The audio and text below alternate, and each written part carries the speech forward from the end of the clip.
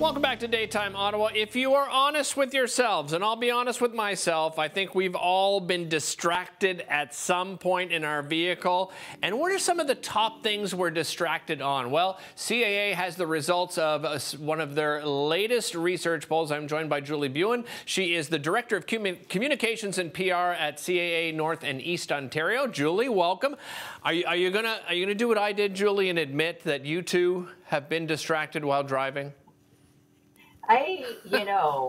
Might have ended up with a cup of coffee on my lap at some point. I might have jiggled the steering wheel from time to time when I got, dancing in the seat of the car. It is something that 8 out of 10 Canadians admit to doing. Really? That's a whopping 79% of Canadians have said, yeah, I definitely putting my hand up, I'm guilty. Is this something that CAA does each and every year? And I imagine it's become even more and more important with more technology even at our hands and in our vehicles themselves, right, Julie? Yeah, that's right. So we do this research every year. This year we went national with 2009 Canadians that were polled in the field.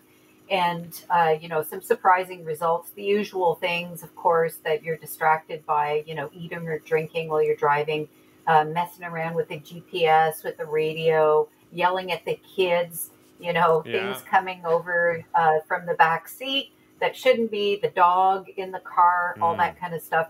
But you know what's really interesting is technology has evolved. So the things that are distracting us from a technological point of view have changed. So before it was, the in-seat consoles, the watching videos and stuff like that in the back of the seat rests. Now it's automated assisted driving.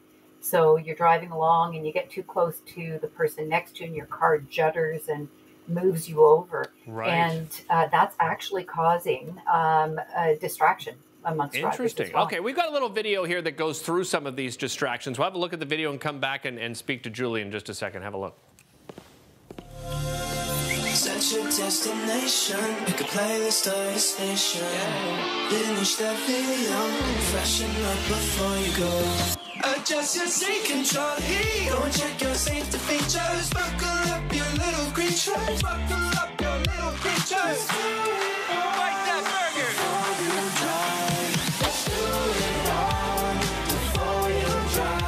burger. Do whatever you have to before you drive. So there's some great tips and advice, Julie, that we should be doing before we even get in the car. So never mind the technology. Walk us through some of those things that we just saw that people should be doing before they even step into their car. Well, first of all, shout out to the creative team who came up with that, because when we were doing the reviews, we were all just like kind of chair dancing along to that tune. It was cute. Nice. It was fun. It was vibrant. But so the whole campaign is called Before You Drive, and it really is about, making sure that, when you walk out of the house, you're like, okay, I got my wallet, I got my driver's license, my keys, all the stuff that I need to do. And you do a mental checklist, right? Right. So what we're saying is you should be doing that mental checklist once you're in the car before you turn the car on. So do you need to put your lippy on? Do you need to set your radio?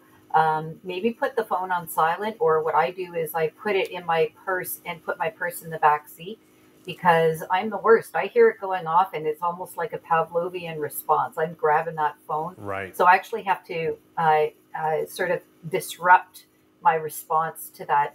And, the other thing is to be aware of what's going on around you and to be able to really hyper-focus your attention on what's really important, which is safe driving. Julie, what was on the top of that list when it comes to distractions? Did you delve that deep into it? Yeah, 100%.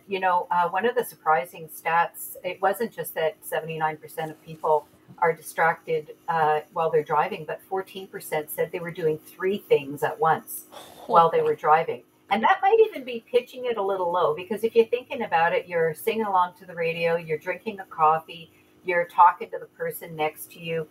Maybe you're checking your GPS. I was on my way to Montreal this past weekend and looking at the GPS and that sort of thing.